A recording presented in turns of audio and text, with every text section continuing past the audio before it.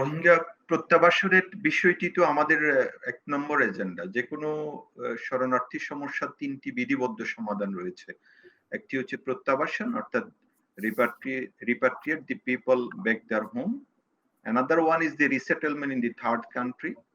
R last one is the integration with the host community. আমাদের একটাই option, সেটি হচ্ছে প্রত্যাবাসন বা রিপাট্রিয়েশন। আমাদের কাছে এখন চ্যালেঞ্জ যেটি হচ্ছে, আপনি জানেন যে কিছুদিন আগে অর্থাৎ গত বছর আমরা কয়েক দফা মিয়ানমারের সাথে বসেছিলাম, এক ধরনের ত্রিপক্ষীয় সভাও হয়েছিল, কিন্তু একটি পাইলট প্রজেক্ট নিয়ে আমরা কাজ করছিলাম।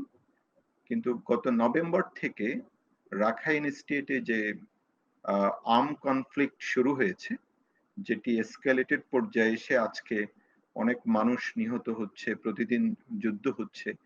এই এই সাম্প্রতিক যে ভয়াবহ সংঘর্ষ, সেটি আমাদের জন্য একটি বড় চ্যালেঞ্জ হয়ে আছে এবং মিয়ানমার পক্ষ থেকে আমরা কোন রকম আর সাড়া পাচ্ছি না।